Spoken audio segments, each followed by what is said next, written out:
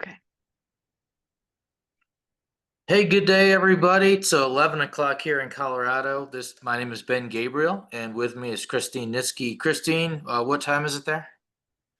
It is 1 o'clock in the afternoon here. Okay, 1 o'clock in Michigan. So, welcome, Christine, and welcome, folks. Welcome to our webinar on leveraging peer relationships.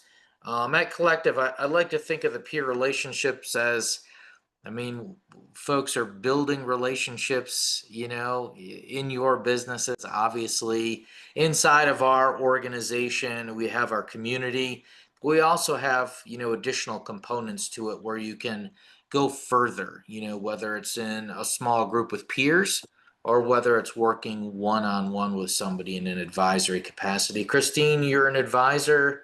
I work with a couple clients. I also facilitate our mastermind group. So you'll hear from the two of us. You'll also hear from a third person through video here, and that will be Marcus Dillon, the firm owner at DBA. So you'll hear from three of us today. Christine, I'm going to go ahead and just take us pretty quickly through some of these background or logistical slides because I think people know the drill. Session's good for 1 hour CP. Everybody will do 4 polling questions. Please answer at least three. You've got to be in the session for at least 50 minutes to qualify as well. Inside of the chat panel in the Zoom, and I'm going to go ahead and drop a copy in right now, is a PDF copy of the slide presentation that Christine and I will be going through. You can use the chat panel to ask questions. And when you close out, there'll be a survey at the end here. So those are some of the background items.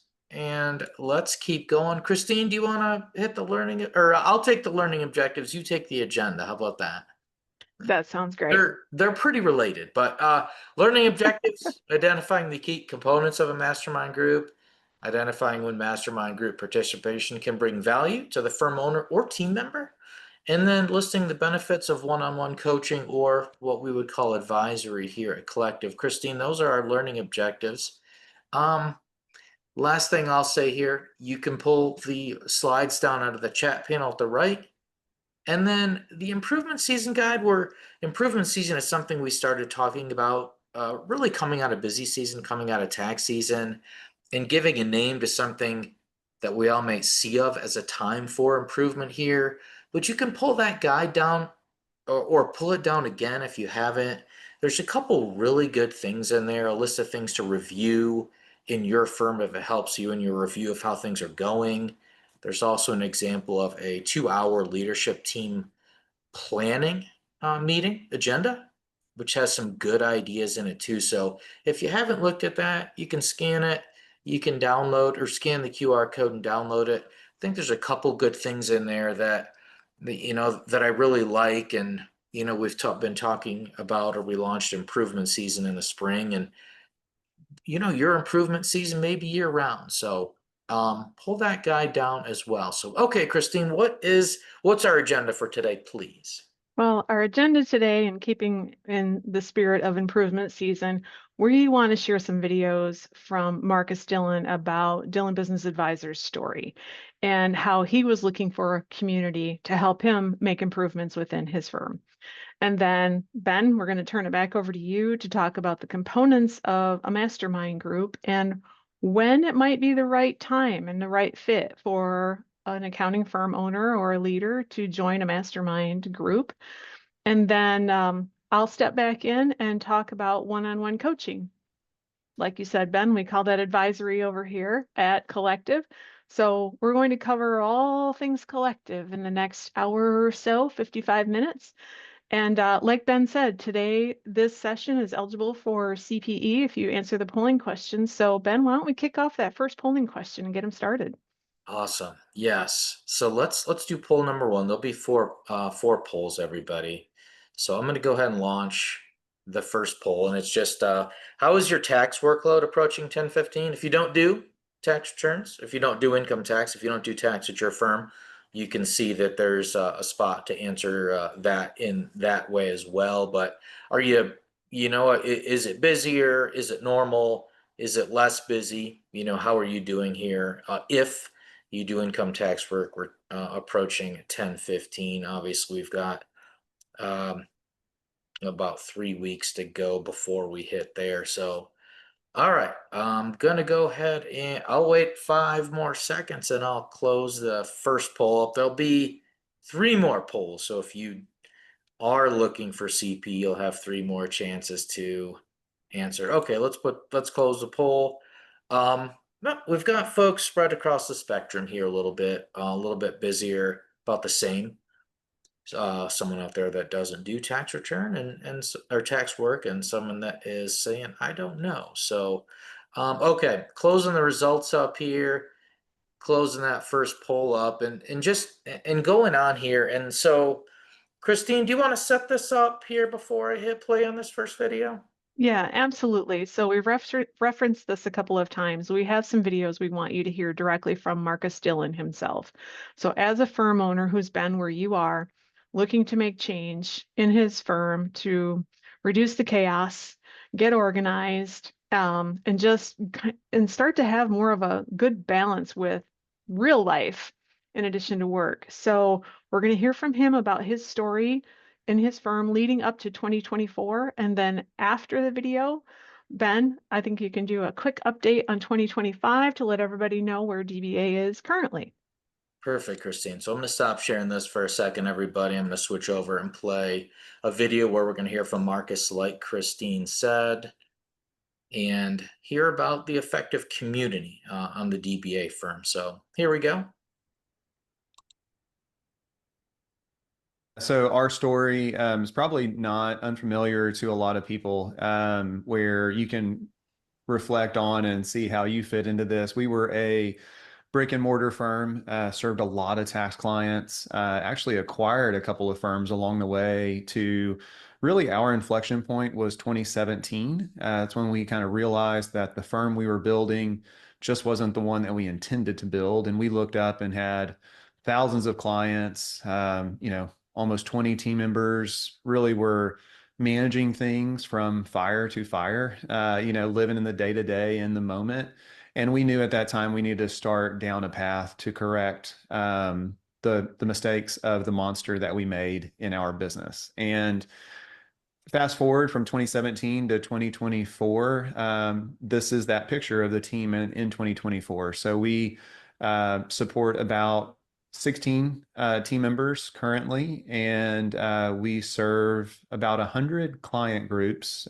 We call them family groups, and that's made up of maybe an owner doctor or some type of business owner, and then their different entities, whether they be real estate or investment, and then their family tax returns, of those folks associated. So we do about 3 million a year with that team, and have a really balanced workflow given our team structure, given that team of three, and how just the level of service that we provide to those clients. Communication is key. So we've kind of moved from thousands of clients now to a little more than 100, and it's a really good balance. We're able to achieve a lot. As part of that, we feel it's an opportunity to give back to our peers. So a lot of, the growth and learning that we've done in DBA, we share with here in Collective, and excited to do that today. So we are a fully remote team. I don't know if I mentioned that as well. So we were brick and mortar in office every day, and now we've got team members spread out across the US, have a couple of team members in the Philippines as well now. So I think that's another big part of our story. So just team serving team is what we believe in. And we couldn't be where we're at today without all the people that are in that picture. All right, so we're up to speed now, kind of fast forwarded 2017 to 24 and all the things that may have happened in between, Yeah, then and now. So rewind again a little bit. And I sure. don't know exactly back to when this takes you maybe, but um community, something Yeah, that that's how I got to know you, was sure. certainly through a community. Can you think back to when you were doing what you were doing there at the firm and Yeah. I'm sure doing a great job of serving the clients that you had and working hard, and Yeah. but you must have started looking for something that you didn't have, or you started looking for something. Is that fair? Yeah, exactly. So we were relatively young business owners. We started DBA in our 20s. So we were our late 20s whenever we started the firm.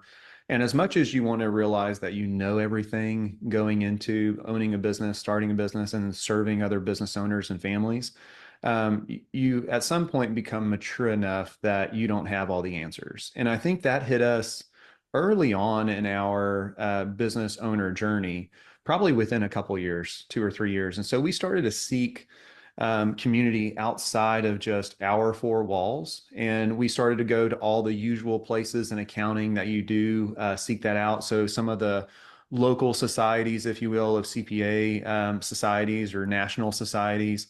Also just overall like good local groups, whether they be chambers or BNIs, different places where you could come into contact with just other business owners to share life with.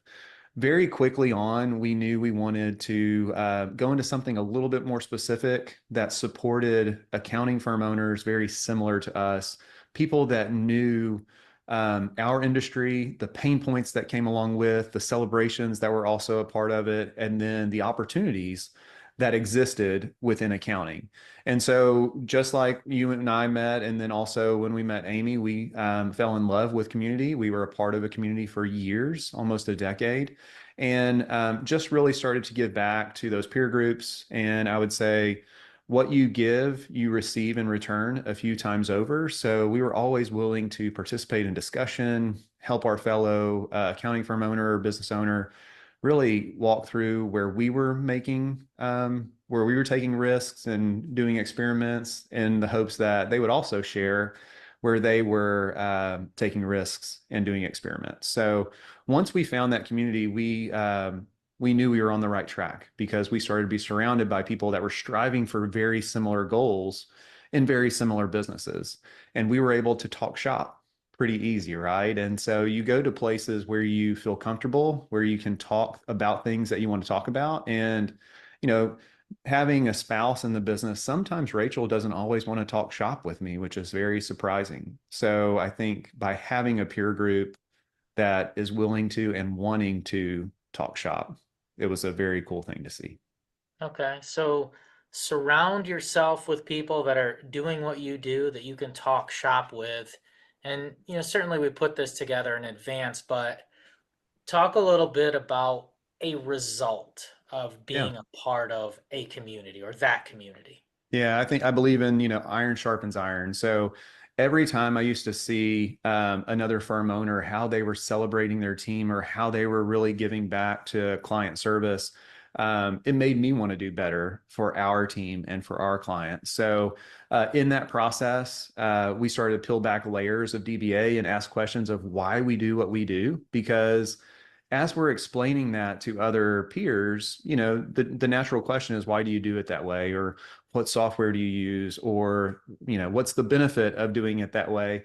So as we started to get more of those questions coming in, we really started to self-analyze like why we do what we do. And in the process of that, you start to refine your business, your team, your clients, and then your life, essentially all the way to whenever you started having those pain points and seeing outside others, and then obviously being in community with others, we learned to love our jobs again. And then we learned to, hey, this was the business that we set out to build. Here's where we got off track. And we were easily able to identify that because as accountants, especially as tax accountants, you measure your life one busy season at a time. And so we were able to like look back and see, what did life look like last year? How many returns did we do? What was our revenue? What was the team makeup? And then we started to shift to, okay, not necessarily always looking back, but looking forward. What do we want this to look like? How many clients do we want to serve? How many team members do we want to serve? And what do we want our life to look like? So we started to think more forward thinking, and then pay attention to where the industry was going. And that was a whole lot more fun than living in the past. I think as accountants, as tax accountants, we tend to wear that past hat really well. And whenever you start to take that off, it allows you to dream about the future. And I know that's a little bit hard for some technical accountants to do, but it is really cool. It opens you up to opportunity to do better in your business. So as we got to visit, as we got to know other people in the community, we got to just be surrounded by people that wanted the same in their business. And that's contagious. That iron sharpens iron. It gets back to we were better business owners because we surrounded ourselves with better business owners. Yeah, Marcus, I think for me, like getting together with people in that community was always just like this shot in the arm. You know, we're all working hard. We all do what we do day in, day out, and that's really important. And then you get together again with that community and you just get that like new jolt, that new shot in the arm, meeting Yeah. with others, talking with others, things like that. It always just sort of recharged things. You know, that's how I felt. Oh yeah. And you definitely, you tend to live life in silos. So we were living life in our business or in our office building. And so it allows you to go beyond the familiar setting that you're in, whether it's your business, your home office, your office building, wherever you're at today, and really start to think through what best practices could be, or, what other people are doing to stay ahead of the curve. Oh, you're muted, Ben. Christine, thank you. Most Oh, important part of any webinar video is that we can hear each other, right? And yes. you'd think one of these days I would figure that out. All good. So Marcus, I think Marcus tells a good, their story in there, but with the community aspect, and that's a big part of what we do at Collective. You're able to get outside of your four walls, get outside of that silo, as he said, however you'd want to describe it, whether it's virtually, like we're doing right now, Christine, or whether it's in person. And that's a big part of what he took out of, or what he got, in terms of looking for and getting out of that community. That was through 2024. Let me do a really quick update, just a couple things for DBA, and then that leads right into something for Collective here. But in earlier this year, January of this year, DBA acquired another accounting firm. So that was certainly don't have to probably tell too many folks in this room that was a really big deal for the firm there, that acquisition in January. If you don't listen to the Who's Really the Boss podcast, that's a podcast that Marcus and Rachel do. They've done it for a few years now. The May 12th episode of the Who's Really the Boss podcast goes into a lot of detail on that. And that was actually recorded in mid-April, I think they say. So they were 70 days into the acquisition at that point, if you want to get more up to speed there. Also in January, they hired a full-time director of technology as well. Really big for the firm. So those are two 2025 updates for the DBA. Christine, for Collective, a big update for us. We started our mastermind groups last year, but in the summer of this year, we started a new group that was for, I'll call it operations centric. Our other groups were firm owners. The newest group that we have, I think we started it in June or July, is for folks that are on the operational side of the business. They may very well have client responsibilities, of course, or as well, but by and large, they're in an operational capacity. So that's something that's been very new for us. And, I like to think that it's going really well, that we have operations team members inside of it. And some may have ownership in the firm as well, but by and large, we're focused on the operational aspect. And so that brings those folks together as well. And I'm really enjoying that. So does that make sense to you? Yeah, absolutely. And I wanted to say back on that previous slide, Ben, we put firm operations slash integrators there. So if any of you are familiar with the EOS model, where you have the visionary in your firm, which is usually a firm owner, and then you have an integrator who is going to be someone who helps you implement those things within your firm. So, and they're generally two very distinct skill sets. That's why we make the distinction here, because it's following a similar sort of organization, if you will, if you're familiar with EOS.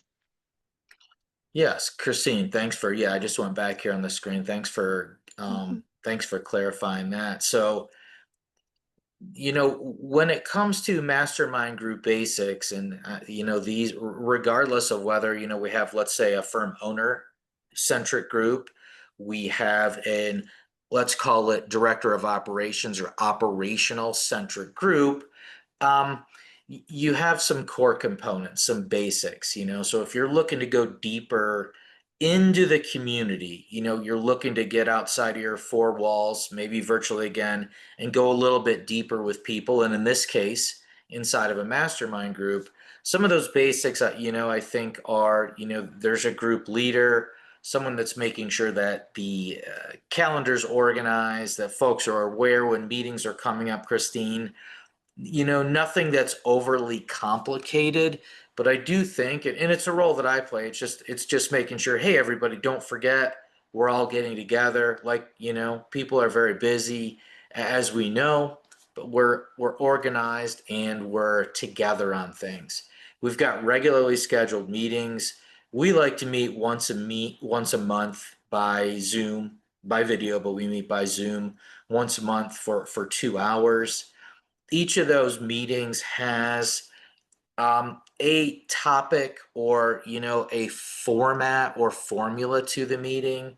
A lot of times we're getting updates from folks. Sometimes we may be talking about a particular topic that we're discussing, and then also a platform to communicate with each other, because just like I said, we're all busy, and as a community, we might get together once or a couple times a year. As a mastermind group, we're getting together, let's say 12 times a year. But in between those times, a lot happens, a ton happens. So we want to have a platform to communicate with each other. So, Christine, anything you'd want to add to those? I think the ability in a mastermind group to share with others and see what each other is doing is so important, because we get asked a lot here in Collective, well, what are other firms doing? So if you're part of a mastermind group, you know what other firms are doing, because you're sharing in that very safe space, that you're talking with others who are in a similar position you are in your firm, with wanting to make changes or facing specific challenges. Maybe they've been there, done that, and they can give you the shortcut to solve that issue. So I think mastermind groups, and just having this platform and having this set group that you meet with monthly, really provides that community that Marcus talked about in that first video. Yeah, you get an opportunity, and you're in Michigan, I'm in Colorado. We have collective member firms across the country. You know, we don't necessarily get to interact with each other and go to lunch with each other. Sometimes we do, and that's extra cool. But it gives us all an opportunity to meet other people that you know, own an accounting firm or play a similar role at an accounting firm, and get an opportunity to meet them, possibly develop a relationship with them, possibly, share ideas with them.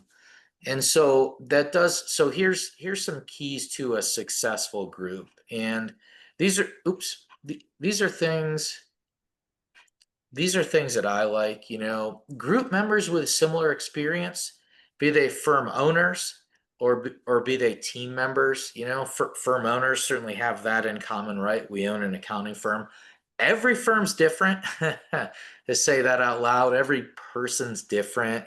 Sometimes that goes without saying, but sometimes it's good to say it, you know. But we have similar backgrounds, we have similar experiences, and that goes to team members with operational responsibilities at the firm. Not that firm owners don't have operational responsibilities as well, but team members do too.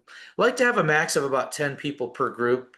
I think there is definitely a sweet spot in there where you want to have, obviously, different voices in the room and different perspectives in the room, but also not too many that, folks don't have enough time to maybe talk or share and do things like that. Having that regular meeting schedule, if I go across, I talked about this already. We like to meet monthly for 2 hours at a time. It's great when you can meet in person. That's part of our overall community. We get together as a collective organization. We have 2 in-person events per year. We love it if everybody could go to every single one of those. That's not necessarily going to be possible. Firm owners may travel more than firm team members, but that's not always going to be possible. But we like to have those kinds of opportunities for people to meet in person. An agenda for each meeting, being able to share experiences, accomplishments, successes. What's going on? Top of mind things. What are you working on? Hey, we're starting Project X. Has anyone else been through Project X? Is anyone else doing this? Is anyone else using this software system? Has anyone else seen this? You have the ability to share those kinds of things and ask those kinds of questions. And then last thing, and I'll do go through a few screenshots, Christine, is just having that platform in between meetings or in between events and conferences. We're part of the group. It's with Mastermind, it's a group inside of a community, but we have a platform where we can share files, we can ask questions, and I like to have a goals page, and I'll show what that looks like momentarily, though. So those are some of the keys that I see to a successful group, Christine. Anything you'd like to add? I think talking about the agenda for each meeting and sharing those experiences and those accomplishments, I think another key to what is shared in those mastermind groups are the obstacles to look out for, and here's how you can avoid them. So somebody doesn't have to recreate the wheel and go through this issue again. Somebody else is likely already been through that, and they can help you circumvent that and get where you need to go much faster. Yeah, like if someone has, and it's up group members, um, they're obviously in charge of what they do, but if there's something they can share, maybe they've got a document for something that you don't have, or maybe they have a checklist for something that you don't have, you're talking about, they're like, hey, we've got something like that. Here, I'll share it into our group here, and you can take a look at it. You can tweak it for your needs, because again, every firm's different, but or you can modify it, but that goes exactly to your point, Christine. Hey, we do that. Let me share with you what we do, and let me drop it in here, and you can take a look at it. I think that's really cool, and I think that's a huge benefit to being a part of a group. So, okay, Christine, polling question number 2. Time's I'm ready. flying Hit by me. here. You ready? Okay. So have you participated, or I should say, do you participate in a mastermind group? But yes, no, or I'm always good for one typo. I'd like to say per week, Christine, but it might be per day. Not an official one, but have you participated, or do you participate in a mastermind group? You can think about it either way. This is polling question number 2. We're about halfway through our time, everybody. We heard from Marcus talk a little bit about being a part of a community. We talked about some of those core parts of a mastermind group, that leader, that dedicated time, meeting regularly, being able to share information with each other, and building those relationships with people, where we may not have had that opportunity before. Um, Now we do. Now there's an opportunity to meet with people that have similar roles, similar responsibilities, or similar backgrounds as we do, and we can share with them in a safe space, and we can ultimately help each other. So, Christine, let me get the results up here. Some yeses, some nos, and some not unofficial ones, which I totally get. Okay, let me stop sharing. Get this poll out of the way here. So here's just a few screenshots from a platform. I have the ability to chat inside of a platform here. You can see my face. I've covered up the other person's face. I'm the one doing the webinar here, but we were talking about KPIs in this particular conversation. This is actually back from earlier this year. So there's a platform inside the group to communicate, being able to share some of those files, checklists, that kind of information can be done inside the platform. And then, maybe last but very much not least here is I like to have what I call a goals and projects screen inside the group, and not every day and not every month, you guys, but taking the time to be able to document some things. If we meet once a month and we say once a year, and we say, okay, what are folks working on? What goals might you have for the upcoming year? And you want to share that inside the group. I've got a place for, I like to have a place for that I call the goals and projects area. So, Christine, any comments on those screenshots or going to your? Yeah, absolutely. So when we talk about goals and we're writing them down, I think we all know that if we write it down and we put it out in the world and somebody else sees it, like your mastermind group or whether it's your advisor if you're doing one-on-one coaching, we tend to feel a little more peer pressure to make it happen. And so we get really more focused on something like that when we share a goal.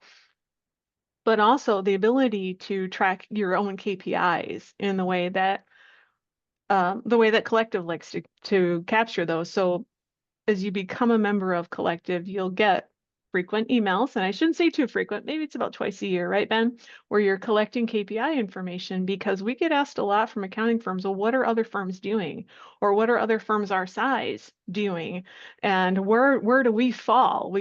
We're just creatures of wanting to compare. And we're business owners. We want to know if we're on the right track. So being able to see where our own KPIs stack up against the rest of the members of Collective is, I think, one of the most popular things that we give and we provide to our membership, because there's a lot of conversation that goes on around that.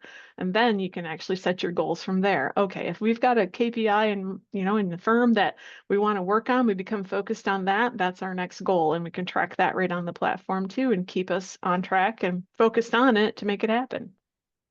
Yes, we do. We collect KPIs inside of our membership at large 2 times a year, and those 2 times a year coincide with the 2 on-premise events that we do: a spring event, and then actually upcoming third week in October, our fall event. We call it Gather. So yes, exactly right. So thank you, Christine. Okay, so let's do poll number 3, everybody. That came pretty quickly on the heels of poll number 2.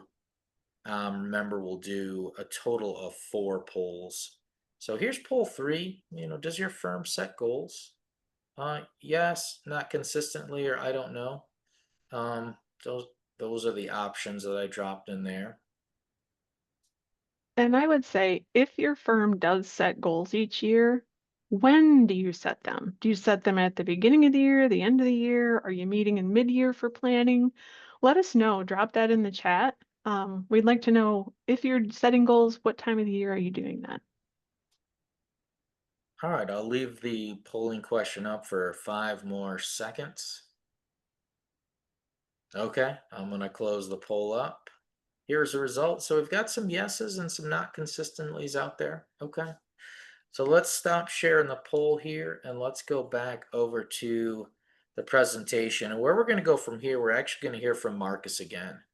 And in this second video of 3, there'll be 3 videos, second of 3, he will talk about things he took from his involvement in a mastermind group. So let me go ahead and stop sharing the PowerPoint slide and bring up the video. It's a little bit of a dance, everybody, here. Let me get the video. And this next video is about 13 minutes long here. So let's hear from Marcus.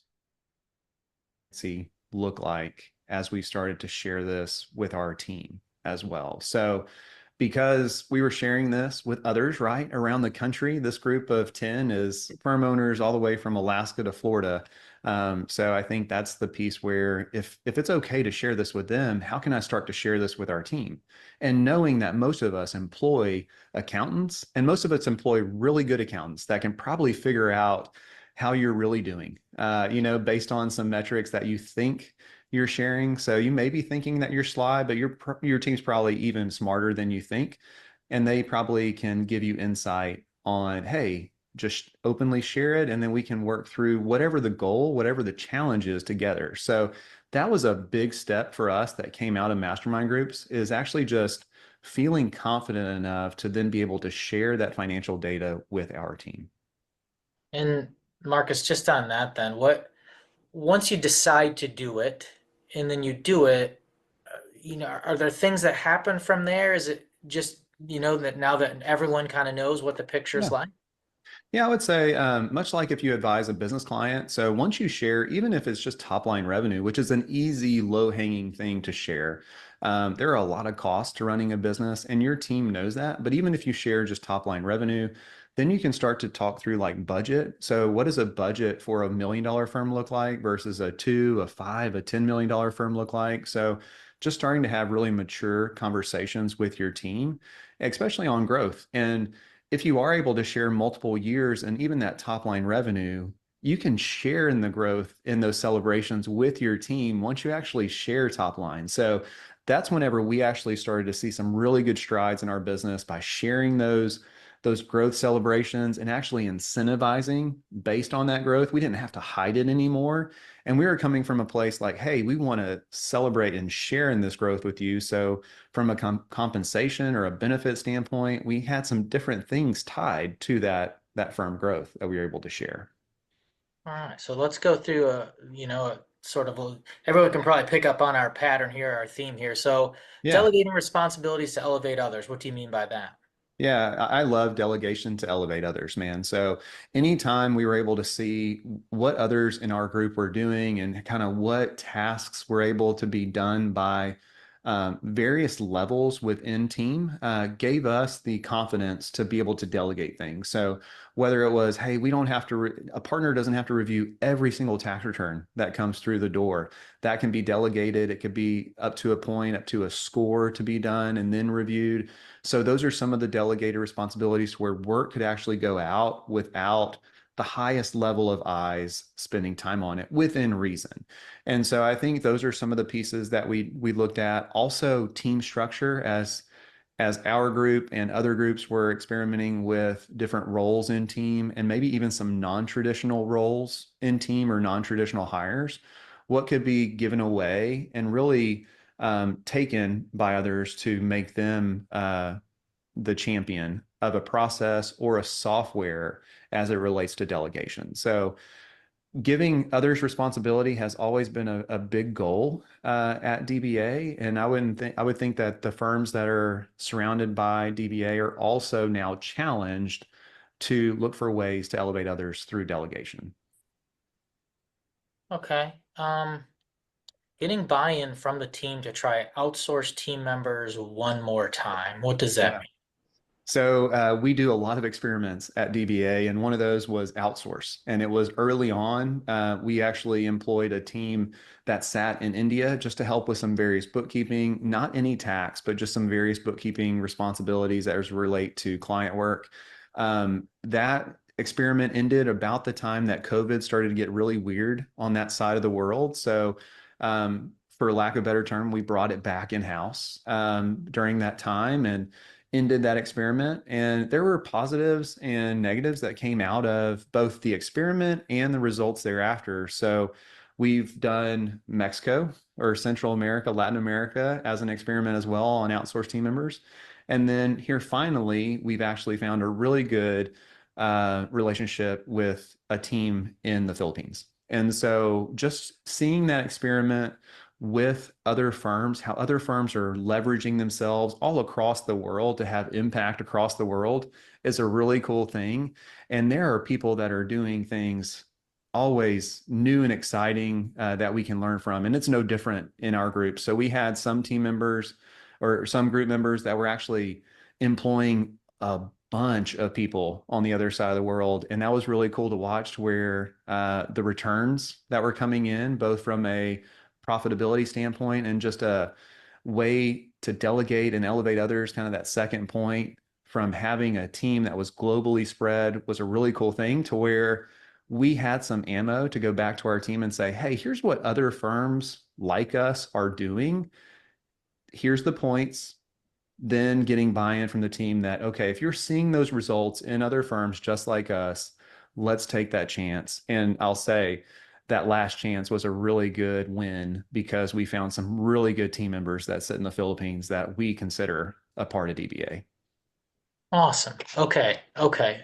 A few more here. So, learned about and then purchased a tool so we could successfully have hybrid meetings and retreats. So we already talked a little bit about your move from hybrid to then fully remote. So this is a particular software tool?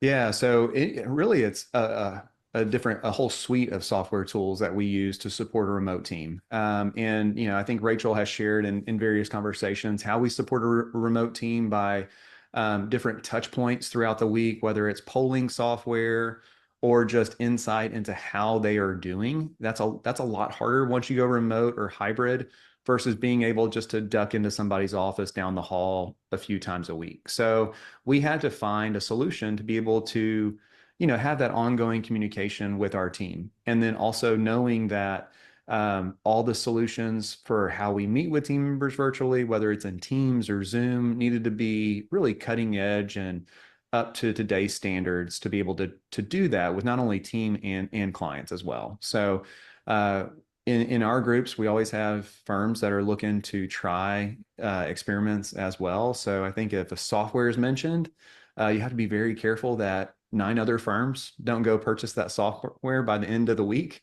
And you have to preface that with, hey, this is an experiment. We're going to let you know what the results of that experiment are. And so DBA does that. Other firms do that are focused on pain points that may exist in their firm. And if something's not a pain point in your firm, maybe there's something else to solve for. So I think that's also within a group, you're able to say, hey, you go test this, I'll go test this, and then we'll group up and kind of share notes at the end and see what's going on. So, and then Rachel actually chimed in, the OWL camera was something that was really useful. I know a few firms that have those, but yeah, it's just the technology, both hardware and software, that will support a remote team. And that was an idea that you picked up in a group. Yeah, my friend James Buss is actually the first one that actually bought one of those OWL cameras. And then, it's FOMO, man. As soon as you see somebody else that has that new toy that you don't have, you go buy it. And so it was actually useful. It was actually helpful to lead some of those meetings and kind of pick up conversations when some of us were in office, but others were remote. It's cool when you're in a group of people that you know and they share what's working for them. Gosh, you better believe that I'm paying attention. If something's working for you, you better believe I'm paying attention. Yeah. All right. Continue to refine incentives and benefits. Yeah, I think a lot of conversation in these groups happens around team, right? So, in these groups, we actually go around and share successes and challenges. Team is involved in those challenges and successes a lot of times. And so there's celebrations where team members are being hired. And usually the question after someone announces that they're hiring a team member is, what's their background? What are you paying them? How'd you find them? All of that in a very trusted room. Do you have any further resumes that you passed on? So I think that's what happens in this controlled environment. And part of the other, not only welcoming new team members to your business, but it's also incentivizing and kind of creating reward system for your existing team members. So as we mentioned earlier, iron sharpens iron. And so if someone rolls out a really cool incentive plan or a benefits or a destination retreat, a lot of people latch onto that because they want to do that same for their team that they care about. And, after you start looking at, we're essentially building stronger teams because we as leaders and owners are investing in these groups on a once a month basis. All right. Hard Yeah, so this conversations. is where it starts getting not so fun. So, whenever you're avoiding those hard conversations, we just talked about celebrations, right? But, if you're coming in and your pain points or challenges are team related and it's the same challenge month after month, and this team member's either not pulling their weight or did that same thing again, or maybe did something very similar to an owner in the room, had an experience with another team member, it's always good to get that perspective in an outside firm and just maybe it's the poke to say, hey, you really need to make a decision on that person. They either need to, kind of get it together or get off the bus. So having those hard conversations on the other side of those groups has always been a very real thing where candor is believed and pursued in most of these firms, and to where we want to make sure that the firm owners are experiencing their full potential as owners and the businesses and supporting the team that they know and love. And as part of that, sometimes there's just a team member that no longer fits. So I've been in plenty of groups. I've actually initiated challenges to others whenever we double dog dare somebody to actually part ways with the team member and not come to the group with the same challenge the next time around. There, and that's obviously a big and important thing. That's that sort of group accountability in a way, that, you told everybody in the group, this is something I need to do. The next meeting, I think I want to be, hey, I want to be able to say I did that thing or I accomplished that Yeah. thing. Yeah. How good is it to come to that group with, oh, they went, it wasn't as hard as I thought it was going to be. And then 3 weeks, 4 weeks later, like we're both in better places, right? That team member has moved on to their next chapter. And, as a firm, we're in a much better spot without them here. So. All right. And last thing on our mastermind examples, Marcus. Yeah, just similar to that technology that we mentioned earlier, it's that seeing what works. So in a group setting, you're able to say, hey, what are you testing? Can we be a beta tester in that as well? And then share common common success stories or challenges. And then you may have somebody that's all the way over doing something really wild as it relates to the technology that we now have available today. And then they're sharing with the group, what that did for them and their firm. The other piece is with technology as accountants and being able to latch on or have FOMO, we also keep each other accountable to whenever we need to cut experiments or cut off technology. And we evaluate as one of our KPIs that percentage of budget that relates to technology costs, both hardware and software. And so we continue to see that number increase in firms almost to where it's almost 10% of your revenue is now technology costs. And that's just not what it was 13, 14 years ago when we started DBA. And I think it's something very real and it's probably not going to decrease. So, what challenges or what are you going to do in your firm to make sure that if it is going to be 10% moving forward, do you need the same level of staff? Do you need some of the same overhead or are you just prepared to make less? And I think those are the things that we as a group have to determine as we go through and really evaluate each other's tech stack. All right, Christine, I didn't put myself on mute this time, so I wouldn't have to remember to unmute myself. Let me get back over to our slideshow. We've got about 13 minutes left here, everybody. So, when is a mastermind group ideal? When you're looking for deeper relationships in the community, looking to find solutions to challenges. Not that you're not probably always doing this, but you're doing it inside of a group of people that are doing what you do, have a similar role, background, obviously day-to-day life that you do. You're open to hearing from perspective from others, and you're also willing to share. I think those are, when you're in a place like that, those are times when mastermind can be great. I am open to others' ideas, and I am also open to sharing. Those are important. So, Christine, I've got our fourth and final polling question up on the screen here. Do you share top line revenue with team members? Yes, no, or I don't know our answers here. This is our fourth and final polling question. This came out of one of the things Marcus mentioned there on transparency. Does that make sense, Christine? Yeah, absolutely. I know having worked in firms, that's a big topic. Some firms don't share top line revenue, but as Marcus said, we hire really smart people and we want them to be invested in the success of the firm. And so I think there are some metrics we need to share with them so that they can see the impact that they make as individuals. I agree. So closing the poll up, the results, some yeses, some nos, and some I don't knows, kind of folks falling in all three buckets there in terms of if top line revenue is shared. So Christine, let's come your way. We're going to hear from Marcus again, but um an additional level of a relationship is, from mastermind, we're now talking about one-on-one. So what does one-on-one advisory mean? So one-on-one advisory is different than mastermind, where it truly is one-on-one. So you as a firm owner or a firm leader is meeting with an advisor here at Collective. We also call it coaching. So you meet with your coach or your advisor. And this is when you really want to dig in and get right into the weeds on some things that you're working on in your firm, whether it's developing your team or putting a team together or changing the services that you're offering or how you're going about offering those services and pricing and packaging and all of the detail work that you can work on within your firm to start to get things more organized and standardized and start to reduce some chaos, that's when a one-on-one advisory relationship might be the best thing for you.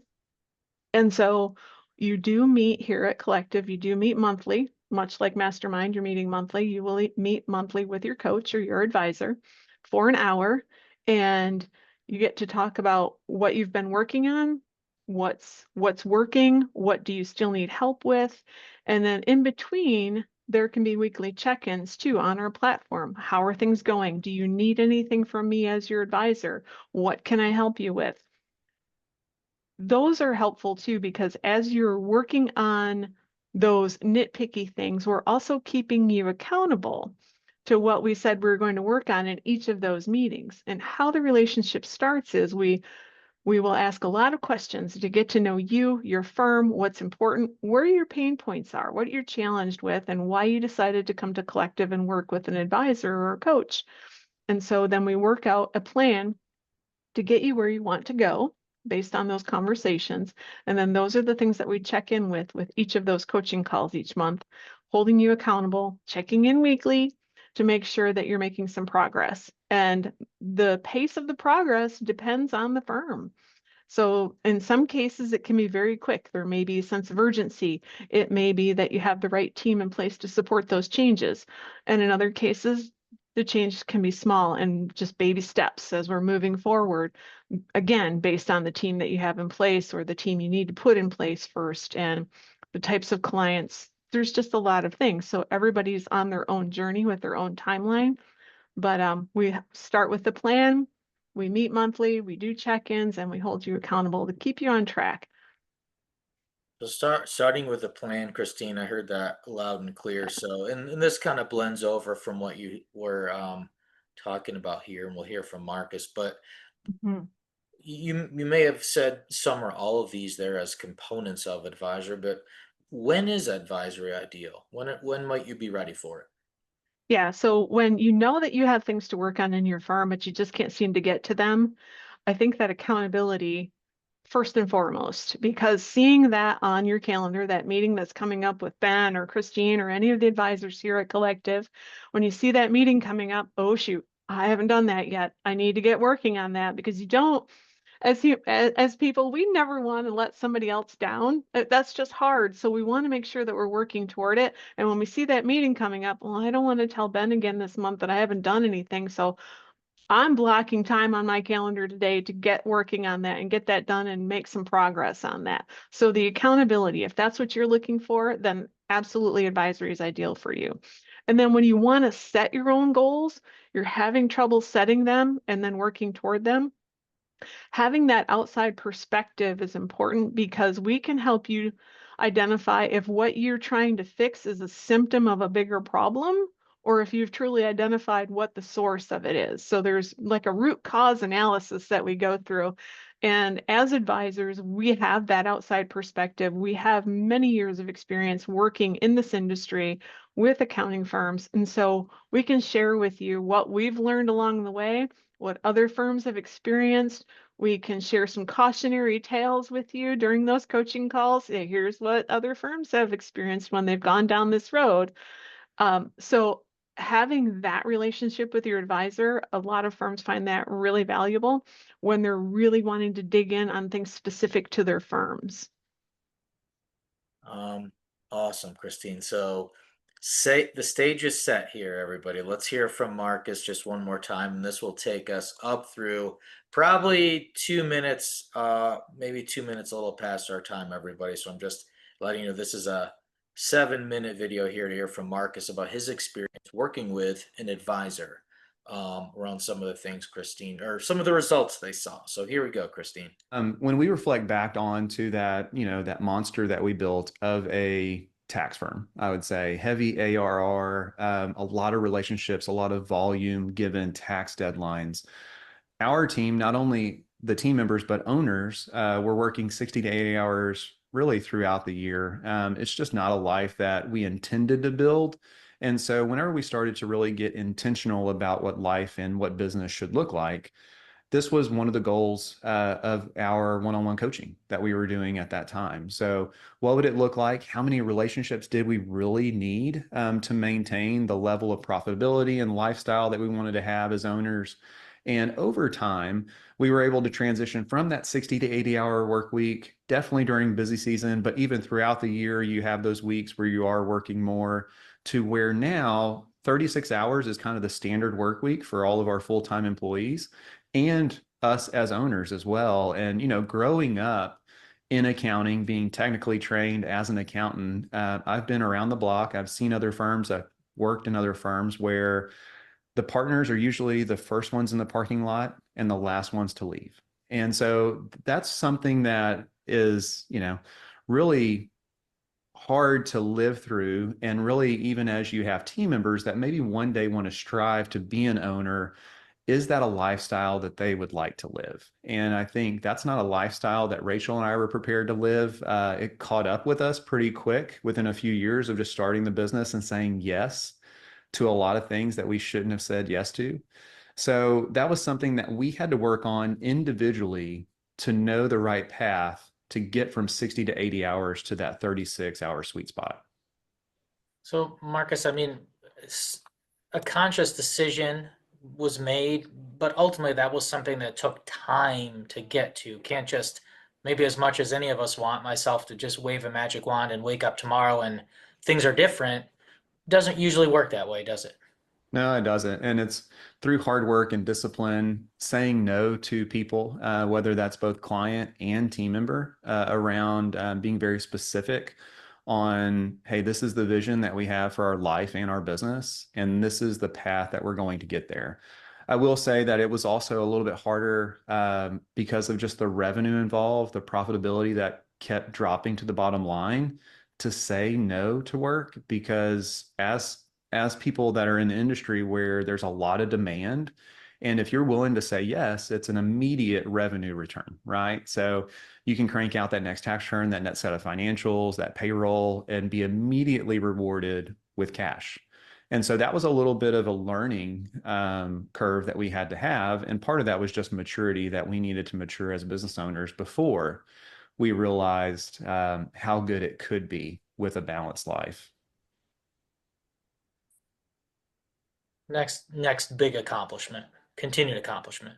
Yeah. And so just like with anything, we want the value of our assets, including our business assets, to increase in time, And so I think as we evaluated how to go from this machine that really drove how we lived and how we worked, to something that we were able to participate in and enjoy working in, the value of our firm over time actually increased as well, because we shifted from very heavy volume annual recurring revenue in those tax returns to more of a monthly touch point, more sticky services, and then layering on advisory when at all possible. And because of that monthly recurring versus annual recurring, the value of the firm increased over time. And so we actually reduced the number of clients we work with, increased the price points and value of those clients over time, and that in turn